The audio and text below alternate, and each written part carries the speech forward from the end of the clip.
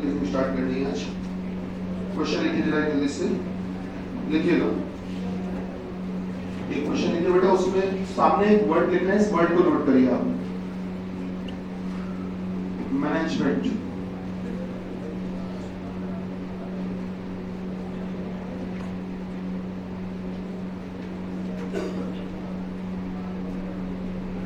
Management बेटा एक word note करिए जल्दी से, एक वर्ड ही नोट करिए, स्पेलिंग देखकर सही नोट करना बेटा, मैनेजमेंट।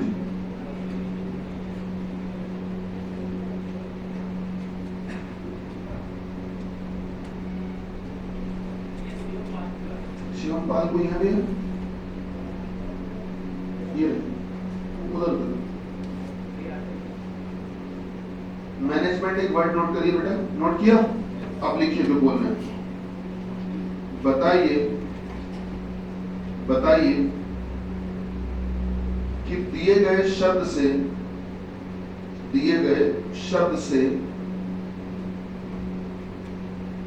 कुल कितने शब्द बनाए जा सकते हैं? दिए गए शब्द से कुल कितने शब्द बनाए जा सकते हैं? कुल कितने शब्द बनाए जा सकते हैं जबकि जबकि जबकि इसमें स्वर तथा व्यंजन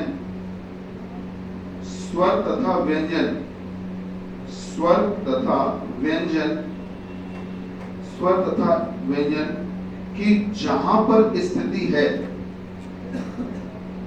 स्वर तथा व्यंजन की जहां पर स्थिति है वहीं पर रहे, जहां पर स्थिति है वहीं पर रहे। मतलब आपने ये लिखा है कि इसमें वॉवेल और कॉन्सोनेंट जहां जहां पर है वहीं पर रहेंगे। जहां पर वॉवेल है वहीं वॉवेल आएगा, जहां कॉन्सोनेंट है वहीं पर कॉन्सोनेंट आएगा। मतलब इसका क्या है, समझो जल्दी से बेटा। जैसे एम एक व्यंजन है, फिर एन एक व्यंजन है, जी एक व्यंजन है, एम एक व्यंजन है और एन एक व्यंजन है, टी एक व्यंजन है। ठीक है, ये कॉन्सोनेंट्स है बेटा। ये जो व्यंजन है जो मैंने अंडरलाइन किया है, इन जगहों पर व्यंजन ही आना चाहिए। मतलब जैसे एम है ना, तो एम की जगह चलो दूसरा कोई ले आओ, लेकिन लाना व्यंजन ही। तो एम की जगह तुम एन ला सकते हो, या फिर जी लिख सकते हो, या टी लिख सकते हो, कुछ भी लिख दो, लेकिन लिखना एक व्यंजन ही। जैसे एक स्वर है, वॉवेल है, तो बेटा इसकी जगह पर एक स्वर ही आएगा। अब स्वर जो है वो ये वाला ए आ जाए, या ये वाला ई आ जाए, या वो वाला ई आ जाए, कोई भी आ जाए, लेकिन आएगा स्वर ही। क्या मेरी बात समझ रहे हैं? तो स्वर की जगह स्वर आए, व्यंजन की जगह व्यंजन। क्या बता सकते हो आंसर क्या है? बता सकता है आंसर? जल्दी बताओ। आप लोगों ने मैथमेटिक्स जहां पढ़ रहे हो या पढ़ी होगी, उसमें क्रमचय संचय टॉपिक पढ़ाया गया होगा, परम्यूटेशन कॉम्बिनेशन। परम्यूटेशन में आपको ये चीज बताई गई होगी। आंसर, फाइनल आंसर, पूरा कैलकुलेशन करके फाइनल आंसर, गुणा करके भाग देकर जो भी है।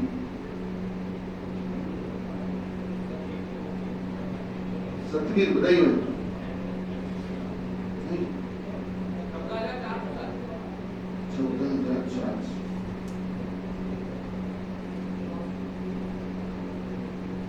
जल्दी से जोड़ घटाना करो भाई, अगर कोई कर रहा हो तो, नहीं तो हम शुरू करें फिर।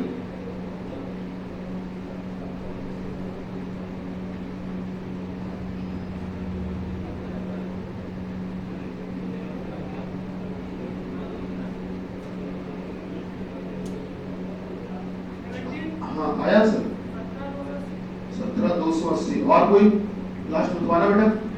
17,280। अच्छा चलो शुरू करते हैं। आंसर आया? नहीं आइए, तरीका सीखिए बेटा, ध्यान दीजिए, गौर करिए। आपसे ये कहा गया कि जहां पर स्वर है वहीं पर आए, जहां व्यंजन है वहीं पर व्यंजन आए। तो अब ये देख लो कि पहले स्वर हैं कौन कौन से। वॉवेल बताओ, ए, ई, ई। तो बेटा जो स्वर है उनको एक डिब्बे में बंद कर लो, एक अलग से डिब्बे में बंद कर लो। ठीक, अब जो व्यंजन है उनको अलग से एक डिब्बे में बंद कर लो। एम, एन, जी, एम, एन, टी, बंद कर लिया। अच्छा एक बात नोटिस करो, मैंने आपसे क्या कहा कि स्वर की जो स्थिति है वहीं पर रहे, व्यंजन की जो स्थिति है वहीं पर रहे। इसका मतलब यह है कि यहाँ पर जो भी आएगा एक स्वर आएगा। ए वाली जगह पे जो भी दूसरा तुम लिखोगे वो एक स्वर ही लिखोगे। इस ए वाली जगह पर एक स्वर ही तो लिखोगे, हाँ नहीं बोल रहे बेटा, ई वाली जगह पर भी तो स्वर ही लिखोगे ना। तो कुल मिला के इस जगह पर या इस जगह पर या इस जगह पर या इस जगह पर, इन चार जगहों पे तुम स्वरों की अदला बदली कर सकते हो, वॉवल्स को आपस में इंटरचेंज कर सकते हो। तो ये चार स्वर है, इनको आपस में तुम कितने तरीके से बदल सकते हो। तो चार स्वरों को आपस में बदलने के तरीके होते हैं फैक्टोरियल 4। जितने अक्षर उतना फैक्टोरियल लगा दो। इस निशान को बेटा फैक्टोरियल बोलते हैं, फैक्टोरियल। इस निशान को जो ये लगा हुआ है इसको फैक्टोरियल कहते हैं। जिस नंबर में, जिस संख्या में ये निशान लग जाता है, उस संख्या का गुणा घटते घटते घटते 1 तक होता है, ठीक है, डिसेंडिंग ऑर्डर में। चलिए फैक्टोरियल 4 लिख दिया। अब क्या इन चारों में से कोई रिपीट हो रहा है क्या? कोई अक्षर ऐसा तो नहीं जो एक से ज्यादा बार आ रहा हो? ए आ रहा है, कितनी बार आ रहा है? 2 बार। तो एक 2 बार आ रहा है, इसलिए उसके हिस्से का फैक्टोरियल 2 अलग से नीचे भी लिखो, फैक्टोरियल 2 गुणे। क्या कुछ और भी रिपीट हो रहा है क्या? ई हो रहा है। सर कितने बार? 2 बार। उसके हिस्से का फैक्टोरियल 2 अलग से लिखो, गुणा करके नीचे लिखा बेटा। ये तो आपने इस डिब्बे का फैसला किया। और अब उस डिब्बे में आओ, उसमें देखो अक्षर कितने हैं? 1 2 3 4 5 6। बेटा 6 अक्षरों को आपस में बदलने के तरीके फैक्टोरियल 6। क्या इन 6 में से कोई रिपीट तो नहीं हुआ? हाँ सर हुआ। एम कितनी बार? 2 बार। बेटा उसके हिस्से का फैक्टोरियल 2 आ गया। क्या एन भी रिपीट हुआ? कितनी बार? 2 बार। उसके हिस्से का भी फैक्टोरियल 2 आ गया। अच्छा एन अगर 3 बार हुआ होता तो नीचे फैक्टोरियल 3 आता, ठीक है ना। जो चीज जितनी बार रिपीट होती है उतना नीचे लिखते हैं। अब इसको सॉल्व करोगे आंसर आएगा। आइए 1080 सही आंसर है, बिल्कुल यही सही आंसर है। चलिए तो सॉल्व कैसे करेंगे? 2 गुणे 1 गुणे 2 गुणे 1। फिर है बेटा 6 5 4 3 2 1 बटे 2 गुणे 1 गुणे 2 गुणे 1। बेटा इसको सॉल्व करोगे आंसर आएगा 1080। ये है करेक्ट आंसर। क्या चीज? नहीं बोले चाहे ना बोले कोई दिक्कत नहीं है। रिपीटिशन वाली बात को अगर कोई नहीं भी बोलता है तो ऑटोमेटिक है कि आपको बटे में फैक्टोरियल लगाना ही लगाना है, ठीक है। नोट हो गया? हो गया? समझ में आ गया क्या किया? इसमें पहले मैंने स्वर को अलग बंद किया, फिर व्यंजन को अलग बंद किया। स्वरों का बेटा अलग हिसाब किताब, व्यंजन का अलग, दोनों को गुणा करके आंसर। क्लियर हो गया? समझ में आ गया?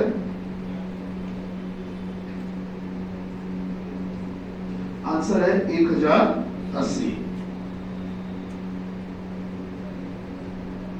ठीक है। चलिए यही काम करके बताइए। एक शब्द आपके सामने दिया है नेशनल। आप सबको समझ में आया है ये चीज हमने क्या किया है इसमें? तो यही पूरा काम करके बताइए इस शब्द में। रोहित बाबू शुरू हो जाओ। सामने शब्द दिया है नेशनल, शब्द दिया है नेशनल। यही काम करना है पूरा। बताओ क्या करें, कैसे करें, आंसर क्या आएगा? जल्दी जल्दी सॉल्व करो बेटा, तक आंसर आ जाना चाहिए।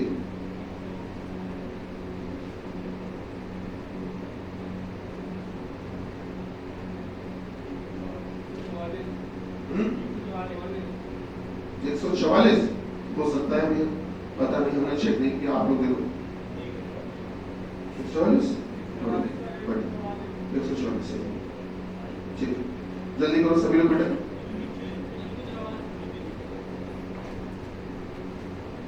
हो गया 144? चलो शाबाश। इतना ही समय लगना चाहिए था, अब तक आंसर आ जाना चाहिए बेटा। बढ़िया, अब तक आंसर आ जाना चाहिए बच्चा, क्योंकि आपको तरीका बताइए। सेम क्वेश्चन मैंने दोबारा दिया है ना।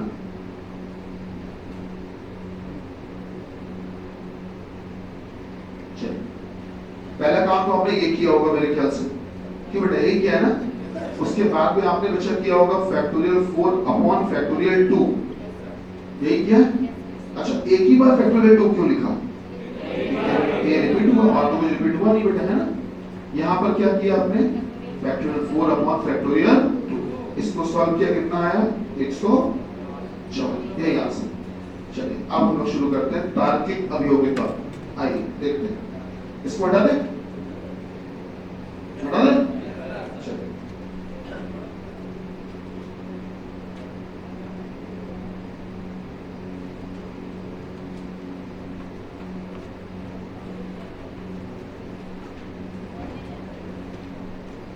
बहुत इंपॉर्टेंट टॉपिक हम लोग शुरू कर रहे हैं, इसीलिए मैंने रिकॉर्डिंग स्टार्ट की है, क्योंकि ये क्लासें आपको डेली की डेली मैं प्रोवाइड करवाता रहूँगा, जिससे आप उसको अच्छे से बाद में भी देख सकें। ठीक है, लॉजिकल रीजनिंग बहुत इंपॉर्टेंट चीज़ है, इसलिए इसकी क्लासें आपके पास सेव भी रहनी चाहिए हमेशा।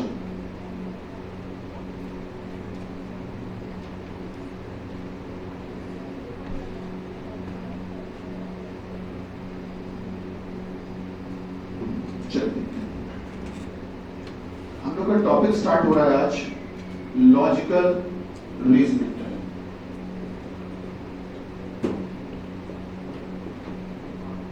हिंदी में कहते हैं तार्किक अभियोगिता। इस नाम से आपको किताबों में मिलेगा।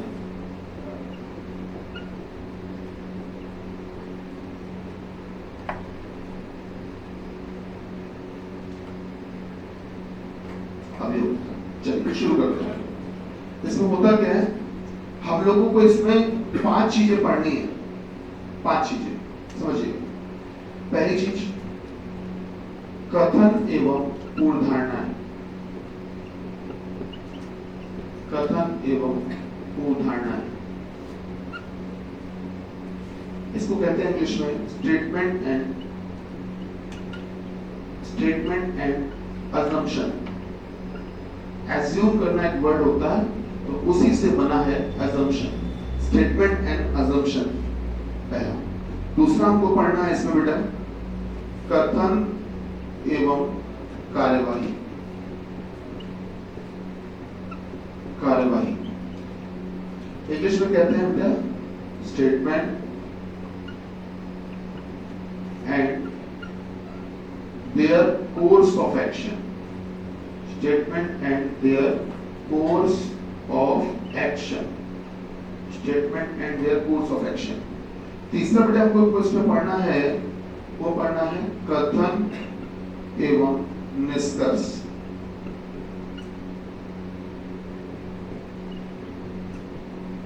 इसको कहेंगे स्टेटमेंट एंड कंक्लूजन।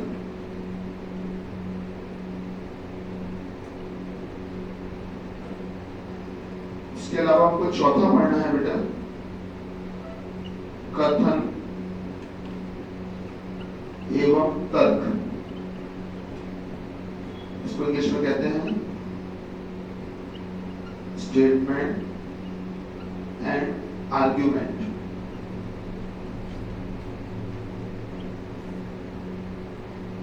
फिर पांचवा, ये जो है, ये मैं जो लिखने जा रहा हूं पांचवा बेटा, ये आप लोगों में बहुत कम आता है। ठीक है, ये सिविल सर्विसेज में ज्यादा मिलेगा या सीजीएल के एग्जाम्स में मिल जाता है, मतलब सीनियर एग्जाम्स में मिलता है, जो मैं अब लिखने जा रहा हूँ। लेकिन हाँ, फिर भी पढ़ेंगे हम लोग कि मान लो कभी अगर किसी एग्जाम में धोखे से एक क्वेश्चन आ जाए या 2 क्वेश्चन आ जाए, तो आपको पता तो होना चाहिए कि एक्चुअल में होता क्या है। कारण एवं प्रभाव। कारण एवं प्रभाव इंग्लिश में कहते हैं cause and effect. Cause and effect, कारण एवं प्रभाव, कॉज एंड इफेक्ट। ठीक है, ये 5 टॉपिक है जो हम लोगों को पढ़ने हैं। ठीक, आइए शुरुआत करते हैं। देखिए, जब हम लोग ये टॉपिक पढ़ेंगे तो हमारे सोचने का तरीका बहुत अलग हो जाना चाहिए। सबसे पहले तो आप सभी ये मान लो कि आप सब एक ऑफिसर हो। सब मान लो कि आप एक ऑफिसर हो, एक अधिकारी हो। सोच बड़ी करेंगे तो ऑटोमेटिक हमारा जो एक्शन या हमारा जो प्रतिक्रिया होगी वो सब भी बड़ी होगी। पहली चीज, आप सब अधिकारी मानो। दूसरी बात, आप एक गवर्नमेंट जॉब में सेलेक्ट होने जा रहे हैं। होपफुली 2022 मिड तक या 2022 एंड तक आप सरकारी तनख्वाह उठा रहे होंगे। तो ऐसी स्थिति में आपकी सोच भी ऐसी होनी चाहिए कि आप जब सरकारी नौकरी पे आ जाओगे ना बेटा, तो आप सबके हो जाओगे और सब आपके हो जाएंगे। आप मुझे ये बताइए, जैसे मैं अभी देख रहा था कि सावन का महीना जब चल रहा था, अभी नहीं 1.5 महीने पहले सावन था ना, जुलाई अगस्त में, तब शंकर भगवान के जितने मंदिर है सब में ठीक ठाक भीड़ हुआ करती थी। मेरे स्टूडेंट की फोटो देखी मैंने, वीडियो था सर, उसमें ड्यूटी कर रहा था, शंकर भगवान के किसी मंदिर में ड्यूटी कर रहा था, जूते उतार के ऐसे नंगे पांव ड्यूटी कर रहा था, और वो धर्म से मुस्लिम था। और इतनी शिद्दत से, इतनी ईमानदारी से, इतनी नैतिकता से ड्यूटी कर रहा था, देख के हमें बड़ा प्राउड हुआ उसमें कि हमने इसको कभी पढ़ाया है, हमको बड़ी खुशी हुई। तो ये सोच कितनी बड़ी सोच है, आप सोचिए कि जब वो वहां ड्यूटी करने गया तो उसने अपना धर्म, अपना समुदाय, अपनी जाति, इन चीजों को कहीं भी नहीं समझा या कोई उन बातों से मतलब नहीं रखा। उसने ये ध्यान दिया कि मैं जो ड्यूटी कर रहा हूँ, मुझे इससे कोई मतलब नहीं कि मैं किस धर्म की ड्यूटी कर रहा हूँ, मेरा धर्म क्या है, मैं अपनी ड्यूटी कर रहा हूँ। वो इम्पोर्टेंट बात थी। तो ये सोच कितनी बड़ी है। तो आप लोगों को बता दें, नॉर्मल सा सिपाही था वो कांस्टेबल, तो ये सोच आई। तो जाहिर सी बात है, आप अगर किसी बैंक में या किसी इनकम टैक्स डिपार्टमेंट में या सब इंस्पेक्टर बनते हैं जाकर, तो ऐसा तो नहीं कि आपकी जो जाति हो या जो आपकी कास्ट हो या जो आपका सरनेम हो, केवल आप उन्हीं का ध्यान दोगे। तो आपको तो सभी को करना पड़ेगा ना बेटा। तो ऐसी स्थिति में सबसे पहले तो आप ये मानकर चलिए कि कोई भी जाति, कोई भी धर्म, कोई भी समुदाय, कोई भी संप्रदाय, कोई भी पार्टी विकास की चाबी सब किनारे करना है, ठीक है। हाँ, तो किसी भी तरह से कोई भी आपको जाति, धर्म, पार्टी, रंग आदि किसी भी तरह से कोई भी भेदभाव नहीं करना है। आपको ये नहीं सोचना है कि ये मेरे लिए खास है, वो मेरे लिए बेकार है, नहीं, सबके हिसाब से आपको सोचना है, पॉजिटिव थिंकिंग सोचनी है और हर चीज में आपको भला सबका सोचना है, केवल अपना नहीं। जैसे एक इसमें क्वेश्चन पढ़ाते हैं लॉजिकल रीजनिंग में, सिविल सर्विसेज में बहुत पूछा जाता है। मैं आप लोगों में भी कभी मैंने डिस्कस किया होगा, मैं आज पूछ रहा हूँ। ये कथन उत्तर का क्वेश्चन है कि क्या, सुनिएगा, क्या सरकारी परीक्षाओं में, जो सरकारी नौकरी की परीक्षाएं होती हैं, क्या इनमें सभी में क्या आरक्षण प्रक्रिया समाप्त कर देनी चाहिए? सुन लिया? अब कुछ आवाजें मन में आ गई पहले से, कुछ लोगों ने पहले कह दिया हाँ, उन्होंने कहा जो जनरल कैंडिडेट वाले, उनके मन में आंसर आ गया हाँ, और जो जनरल कैंडिडेट के नहीं है, ओबीसी, एससी, एसटी, उनके मन में आ गया नहीं सर, आरक्षण कैसे, हमारा अधिकार है, हम तो फिर इन सीट बजा देंगे, आरक्षण खत्म करके देखो। तो ये जो आपने फैसला किया, हाँ ना, वो बेटा आपने अपने आप का भला सोच के किया कि नहीं? समझ लो। तो अपना भला भी जरूरी है, लेकिन जब आप एक डिपार्टमेंट में जा रहे हो तो पहली सोच आपकी रहनी चाहिए कि सबका साथ, सबका विकास। मतलब कहने का ये कि बेटा सबका, अब कहो तो स्लोगन में बन जाओ, ये सभी स्लोगन किसका है? ये विरोधी पार्टी का। तुम लोग तो बड़ा परेशान है तुम लोगों से कि ये सब चीजें किनारे करनी बेटा है। तो क्या ऐसा कर देना चाहिए कि सरकारी नौकरी में क्या आरक्षण प्रक्रिया समाप्त कर देनी चाहिए? अब तर्क सुनो, तर्क पहला, हाँ कर देनी चाहिए। इससे सभी लोगों के साथ समान व्यवहार होगा। सुन लिया तर्क? कुछ लोगों को बुरा लग रहा होगा, समझ रहे? दूसरा तर्क, नहीं, अब अच्छा लगना शुरू हो गया, नहीं, इसलिए क्योंकि आरक्षण किसी भी व्यक्ति का संवैधानिक अधिकार है और ये उससे छीना नहीं जा सकता। बहुत से मजबूत है बेटा। दूसरा मजबूत है, जो जनरल कैंडिडेट वाले हैं वो भी दिल पे पत्थर रख के यही कहो, सच्चाई यही है। दूसरा मजबूत है बेटा। रीजन क्या है? रीजन ये है भैया, समझिएगा, रीजन ये है बेटा कि संविधान से बड़ा कुछ नहीं। हम तुम यहाँ पढ़ रहे हैं, पढ़ा रहे हैं, जो भी कर रहे हैं, वो सारी चीजें संविधान की वजह से कर रहे हैं बेटा। संविधान बनाया गया, नियम बनाया गया, तभी तो पढ़ पा रहे हैं। तो इसीलिए संविधान से बड़ा कुछ नहीं, देश से बड़ा कुछ नहीं, लोकतंत्र से बड़ा कुछ नहीं, न्यायपालिका से बड़ा कुछ नहीं, कभी कुछ नहीं। तो ऐसी स्थिति में समानता का व्यवहार होगा, वो एक अलग बात है, सुनने में ठीक लग रहा है, लेकिन बात संविधान की आ गई है। तो इन दोनों में अगर पूछा जाए ज्यादा मजबूत कौन, तो बेटा संविधान ज्यादा मजबूत है। क्या मेरी बात समझ रहे हैं? इसलिए आरक्षण बिल्कुल उनका अधिकार, उनको मिलना चाहिए। चलिए अब मुद्दे पे आते हैं, पढ़ाई शुरू करते हैं। ये टॉपिक हम लोगों को पढ़ने हैं। आप ध्यान दीजिएगा, इनका मतलब समझाता चलता हूँ और आपको इनमें जो चीजें है सब बताते चलेंगे।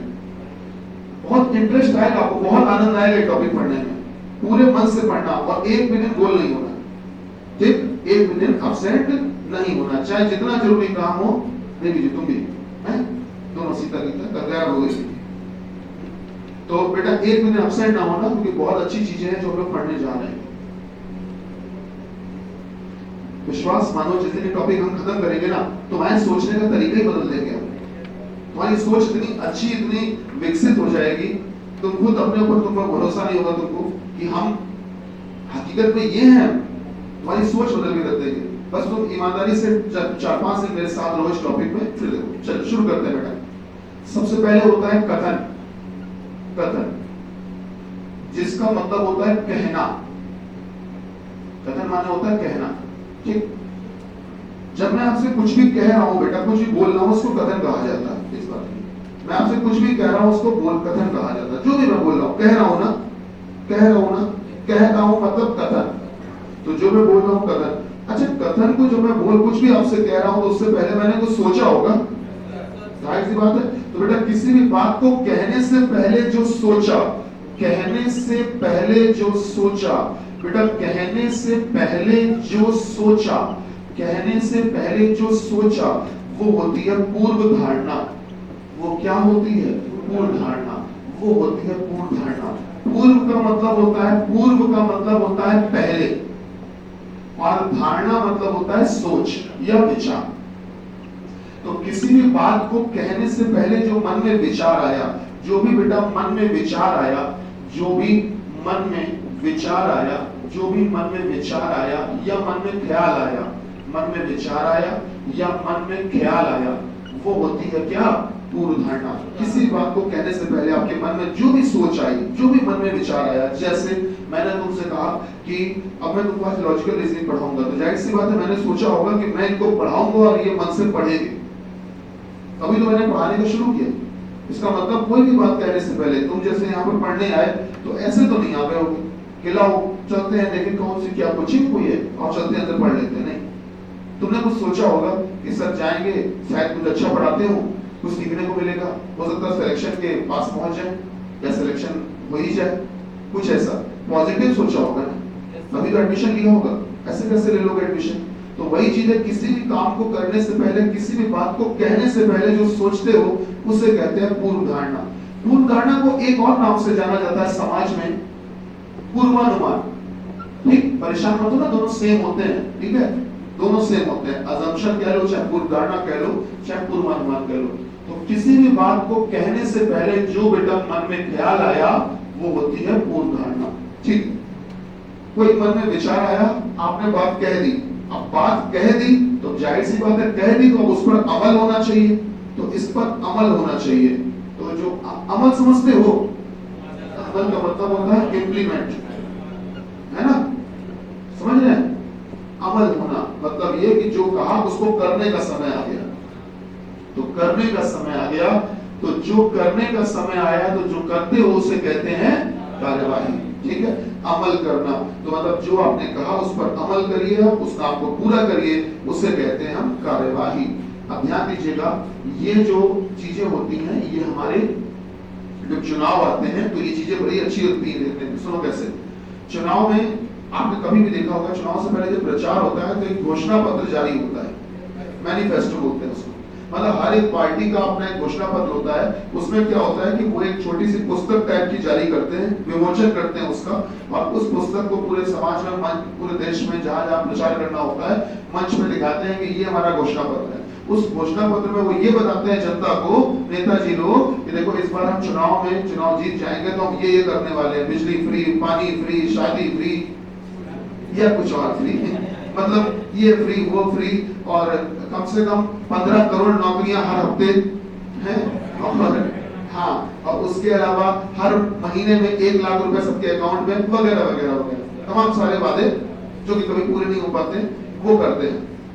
तो ये जो इन्होंने वादे किए बेटा, ये जो वादे किए हैं, जाहिर सी बात है ये वादे करने से पहले उनके मन में कुछ विचार आया होगा। सही बात है कि लोग, हमारी जनता हमारे वादों को सुनेगी और इस पर भरोसा करेगी, तो वो जो मन में विचार आया वो थी पूर्व धारणा।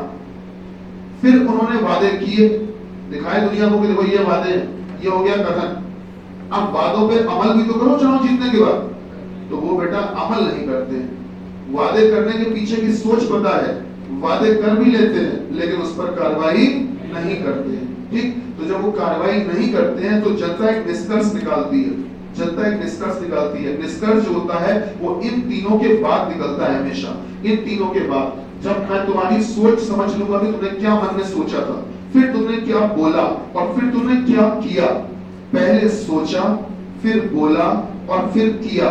तो देखो केवल सोचा और बोला ही है, किया नहीं है, तो भी मैं समझ जाऊंगा तुम कैसे इंसान हो। तुमने पता चला सोचा कुछ, बोला कुछ, किया कुछ, तो भी मैं समझ जाऊंगा तुम कैसे इंसान हो। और एक इंसान वो होता है जो सोचता है, वही कहता है और वही करता है। उसके बारे में भी हम लोग फैसला कर देते हैं। तो बेटा इन तीनों बातों से निकल कर आता है निष्कर्ष। और निष्कर्ष कैसे निकाला जाता है, तरीका समझना। निष्कर्ष इन तीनों बातों से निकलता है और ऐसे निकलता है कि इसका मतलब है कि निष्कर्ष जब भी कभी चेक करना तो ऐसे करना है, इसका मतलब है कि, और फिर आपको निष्कर्ष पढ़ना है कि मतलब पूरी कहानी जो हमने सुन ली कि एक नेताजी थे, उन्होंने ये मन में पूर्ण धारणा रखी और जिस वजह से उन्होंने ये घोषणा पत्र में बड़े बड़े वादे किए हमसे, और उसके बाद कार्रवाई में उन्होंने एक भी वादा पूरा नहीं किया, एक भी सड़क नहीं बनवाई। तो ठीक है, मैं जनता हूं, मैं अपनी बात कहना चाहता हूं। मैंने इस पूरी घटना से निष्कर्ष निकाला कि इसका मतलब है कि नेताजी धोखेबाज हैं। इसका मतलब है कि नेताजी धोखेबाज हैं। तो निष्कर्ष तो उन्होंने तभी निकाला ना जब उनकी कार्रवाई भी देख ली हमने, कि कार्रवाई के नाम पे वो शून्य है, कुछ नहीं कार्रवाई की उन्होंने, धोखेबाज है। अच्छा, नेताजी ने जो सोचा और जो बोला और वही किया पूरा, तब मेरे मन में निष्कर्ष क्या निकलेगा, इसका मतलब है कि नेताजी अच्छे इंसान है। यही मतलब है ना। तो हम जो निष्कर्ष निकालते हैं बेटा, वो पूरी घटना के बाद निकालते हैं। क्या बात समझ में आ रही है? ठीक है, तो ये हो गया निष्कर्ष। अच्छा, इतनी बात के बाद में अब आता है कथन एवं तर्क। कथन एवं तर्क का इससे कोई लेना देना नहीं, वो एक अलग मुद्दा है, उस पर हम लोग अलग बातचीत करेंगे। और कारण एवं प्रभाव एक अलग मुद्दा, उस पर अलग बातचीत करेंगे। ये चारों भाई सगे भाई होते हैं, ये चारों जो सामने लिखे हैं, पूर्ण धारणा, कथन, कार्यवाही और निष्कर्ष, ये सगे भाई होते हैं चारों।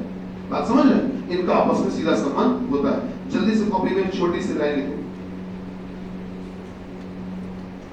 बोले लिखिएगा पूर्व धारणा,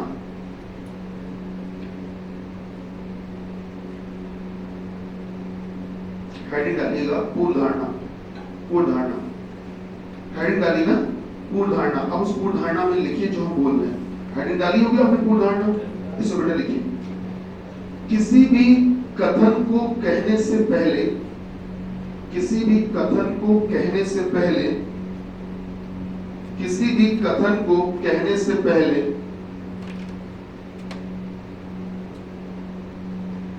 जो भी मन में विचार आता है,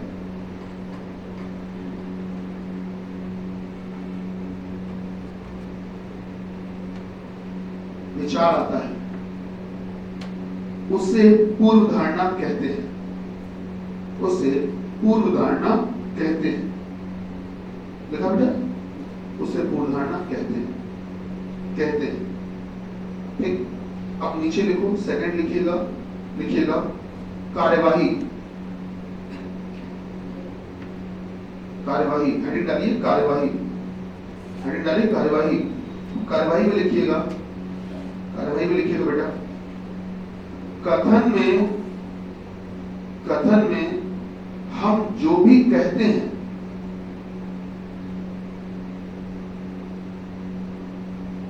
जो भी कहते हैं, या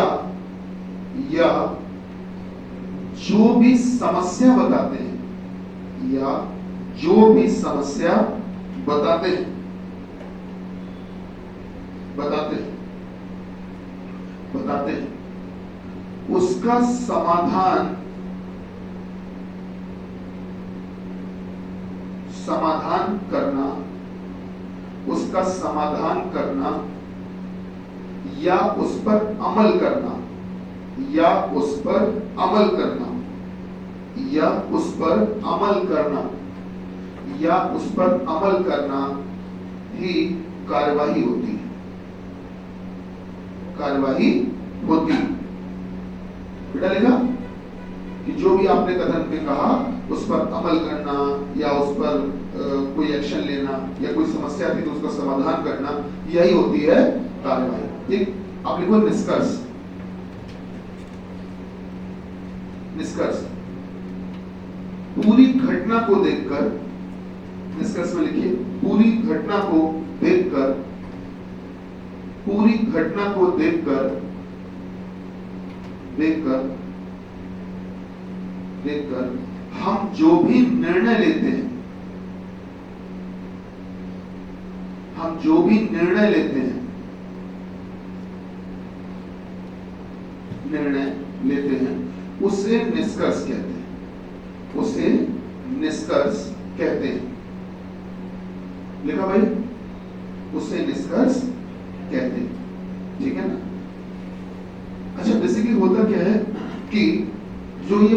धारणा होती है और ये जो कार्रवाई होती है, ये हमेशा आदमी पॉजिटिव सोचता है, अच्छा सोचता है, लेकिन कभी कभी ये गलत भी हो जाती है। कैसे गलत हो जाती है सुनना। जैसे कोई एक मासूम लड़का होगा, मान लो हमारी तरह, अरे मान लो यार, तो मासूम ही नहीं मानते हो उनको। एक मासूम कोई लड़का है मान लो हमारी तरह, और उसके मन में किसी खुरापाती आइडिया ने जन्म लिया। वो लड़का अपने जीवन की शुरुआत करने जा रहा है, उसको कोई दूसरा इंसान ठीक लगा, पसंद आया, वो चाहता है कि अपने दिल की बात सामने वाली पार्टी से कह दे। मान लो तो मासूम हुआ कि नहीं हुआ? तो जाहिर सी बात है कि हम, ये हमारे जैसा वो लड़का, नहीं हम नहीं, हमारे जैसा कोई लड़का कहे तो हमारी गृहस्थी उजड़ खाने में बोले रोटी नहीं मिलेगी घर पे, क्या? तो मेरा कहने का मतलब वो लड़का जो है, वो जब सामने वाली पार्टी के पास जा रहा है, वो 3 मीठे शब्द बोलने के लिए जब वो जा रहा है, तो जाहिर सी बात है उसने कुछ पॉजिटिव सोचा होगा कि मैं ऐसा बोलूंगा, और जाहिर सी बात है सामने से भी ऐसा ही जवाब आएगा। कोई भी पॉजिटिव ही करता है, जो भी चीज होती है, हर व्यक्ति की सोच क्या होती है? पॉजिटिव, जाहिर सी बात है। तो उसने मन में जो सोचा कि मैं जब ये बोलूंगा तो सामने से भी ऐसा ही जवाब आएगा, तो वो थी पूर्ण धारणा, वो थी पूर्ण धारणा। फिर उसने वो 3 मीठे शब्द बोल दिए जो नहीं बोलने चाहिए, बोल दिए, ये हो गया कथन। अब उसको पता है कि हमने सोचा अच्छा था, बोला भी अच्छा है, तो जो कार्रवाई होगी वो भी अच्छी होगी। ये उसने सोचा था, ये सब उसके मन में चल रहा था। सामने से जो भी पार्टी थी, उसने तुरंत अपने भैया को फोन मिला दिया, और भैया जो थे वो एक जिम में ट्रेनर थे, और उनके लगभग 2-2,500 दोस्त थे, हैं? उस सभी दोस्तों के साथ भैया वहां पर आ गए। ये क्या हो गई?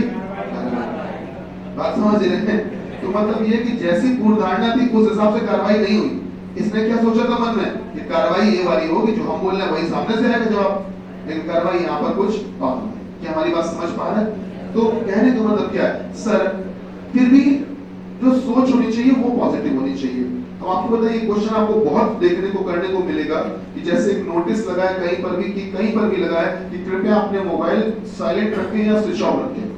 ये लगा होता है अस्पतालों में या और भी तमाम जगह पे लगा हुआ है। तो नोटिस लगा हुआ है, तो बताइए इस पर क्या पूर्ण धारणा रही होगी? ये नोटिस लगाने के पीछे क्या मन में विचार रहा होगा, क्या सोच रही होगी?